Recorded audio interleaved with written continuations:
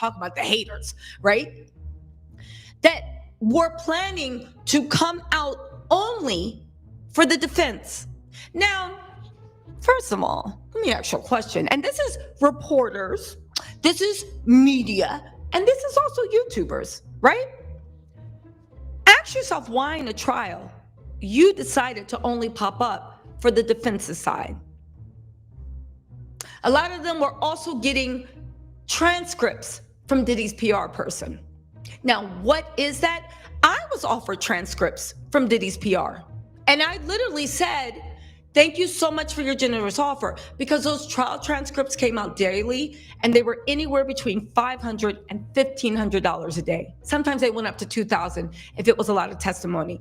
I was able to get the transcripts because you guys helped me with the super chats. And I remember with the super chats, I was like, you guys, thank you so much for helping me get the transcripts. I appreciate it. Diddy's PR person, Diddy's team, offered me the trial transcripts, just like they offered everyone the trial transcripts. And I said to them, you know what? I really appreciate your generous offer, but I don't like taking anything of value from people I am doing stories on. Oh, no, I know it's not like that, but for myself, I don't like taking anything of value from people I'm doing stories for. It creates some type, in my mind, it creates some type of tether. It creates something where you owe them something. It creates a social contract I don't want to enter into. And that's at the very best. At the very worst, it opens up the door that they think that they can start throwing you things, maybe favors, maybe this, maybe that. And pretty soon, maybe they might throw you money, but they know what they're doing. And somebody offering you something between $500 and $2,000 a day, depending on what day the thing is, that's a lot of money. And it's basically like somebody giving you something of value. I don't like taking things of value from people, and I damn sure am not taking it from people that I know have an agenda. I looked at them as them trying to open a door. I looked at it as them trying to open a door, okay? So I said no. I said, you know me, I'm polite. Thank you so much for your generous. Plus, they were like, they're going to email it to you from Sean Combs Global Entertainment.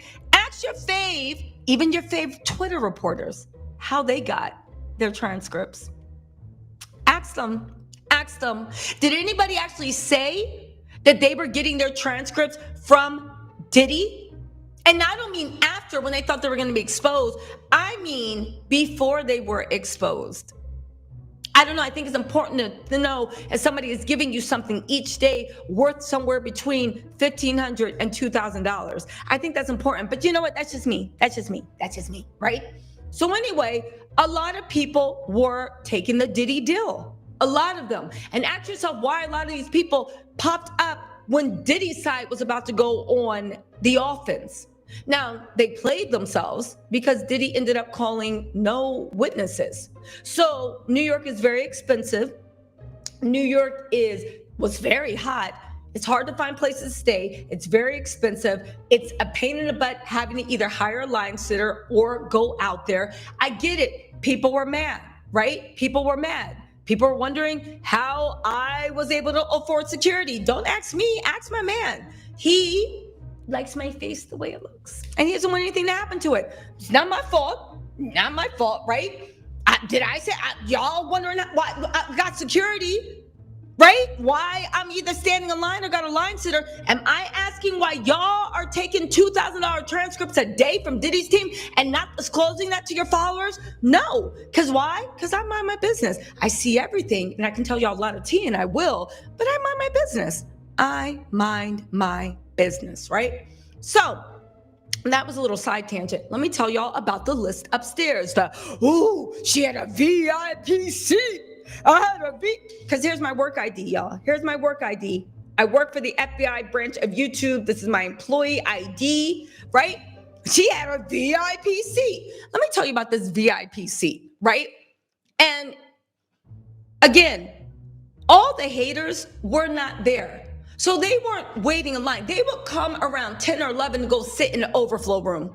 And again, there's nothing wrong with sitting in the overflow room at all. I'm not trying to say, literally, when I had to leave early because during closing, They locked the courtroom doors. I didn't know if I was going to have to leave early or not. So I went to the overflow room. The overflow room was a vibe. It was a key. But a lot of these people that are sitting there hating, they weren't even there early enough to even get into the main courtroom. They literally made up lies and ran with it for clicks and views. And they counted on the fact that y'all wouldn't actually know what's going on. But I'm breaking down inside stuff about what was going on, right? Another thing, right? They would come, the haters would come. They wouldn't even take notes. They wouldn't do anything. They would be, I don't know what, reading inner city, I don't know. And they would be all day in the courtroom, just not courtroom. There's a courtyard, right? I was in that courtroom. Y'all know because I would run downstairs. Guys, back to the courtroom. I had insight that you could not get from inner city press. And I was not having lunch meetings, running up to Diddy's people, getting my marching orders. Again, Diddy's PR, and I'm not going to put anybody on blast because people believe what they want to believe. And my goal is not to make you side-eye your fave. Have your fave. Maybe, again, this is not a scarcity mindset. There is more than enough for all of us, okay? But your faves were meeting with Diddy's PR morning, noon, and night. Diddy's PR was telling them the way they thought the testimony was going. Diddy's PR was telling them what the key figures are. Diddy's PR, even when they offered me the trial transcripts, right? I was like, I don't like taking anything of value from anyone, but thank you, especially people I'm covering. Those are my words verbatim. I said it to a lot of people. You guys have no idea how many people email me things, how many people want to send me things, how many people want to send me money, blah, blah, blah, blah, blah. I've always said the same thing. Invite me to places. Oh, there's a this and that. Oh, have you ever thought we could get you on this brand trip? I've always said, thank you very, very much for your generous offer, but I do not feel, what did I say? I just, that's what it is. As a habit and a rule, I do not accept anything of value from anyone related to a story that I am covering. That's just my whole thing, right? Anyway, Diddy's team told me, right? This is in the beginning when they thought they could suck me in, right? They told me, oh, but even if you don't want this, don't worry, because we also, if you don't want to read, because I guess they thought I was stupid. If you don't want to read the whole trial transcript, we actually highlight the parts of the transcript you can focus on, so it makes it easier for you to report. You guys, ask yourself why these haters all have the same viewpoint. I don't care about people's opinions. I have my opinions too. These idiots don't know the difference between a lie and an opinion. Right? An opinion is you actually read the transcripts, you tell what happened, and then you give your opinion on what you think that means. Far different than a lie. But why were they crashing out over it? Because these same people, ask yourself why all these haters, right? Ask yourself why they all had the same talking points. To the point they're like, well, so-and-so and so-and-so and so-and-so said it was A and B. Why does everybody have the same exact talking point? Because they took the Diddy deal. And if I firmly believe that if I had taken those transcripts, I heard from other people too, when you take the transcripts, they start offering you other little things to spice up your life. They offer you opportunities. They offer you money. They offer you things to work together. They offer ways it can be a long-term thing. Baby, like I said, there is nothing you can give me nor take away. There is no place you can invite me or disinvite me from. There's no list you can put me on or take me off of to ever make me sacrifice my integrity. I don't care if I'm wrong or right.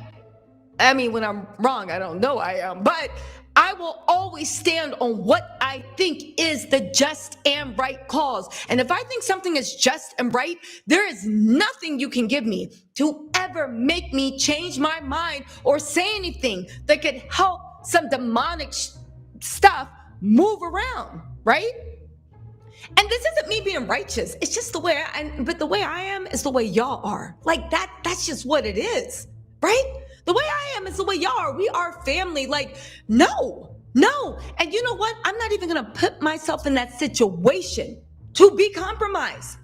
I know I was supposed to be reading Bible, but I listened close enough. when they were, sorry guys, make it comfortable. I listened close enough when they were preaching about the Bible. No, that's a slippery slope. No, I do not want these daily $2,000 a day transcripts. That means at the end of it, a karmic bond after 30 days, $2,000 a day. You've given me $60,000 worth of documents. And it wasn't just YouTube content creators. It was journalists. It was reporters. It was a lot of people. So that's on that, right? So Diddy's team, right? I think they tried it. And a lot of people were taking it. And they weren't even reading the transcripts. How lazy is that? Diddy's team would tell them, this is the part you need to focus on in the transcript, and send it out like a daily news blast. Now, I would say if y'all are that dummies on Diddy's payroll, Diddy's PR thing, at least ask for some money. But I heard there was a lot going on the Diddy side. I didn't even let them. Now, funny enough, first they tried to be nice to me. And when that didn't work, because you know me, well, y'all don't know me, but I'm very, very, yeah. But when it comes to you trying to like make me in any way bend my integrity, that's when I put up the hard line, right? But I'm still very, hi, genial, but I know to stay away from you. After that happened, right? Then they tried to create an incident to get me kicked out of court. We'll talk about that later. But let me get back to that list, okay? And then we'll get into that. Hey guys, if you want to see the full live, because I dropped so much tea about what actually happened in the courtroom, click on this link right here. If not, I'll try to splice up as much as I can for those of y'all that are on the 10-minute max watch time for YouTube. Anyway, y'all, I'll talk to y'all later. Bye.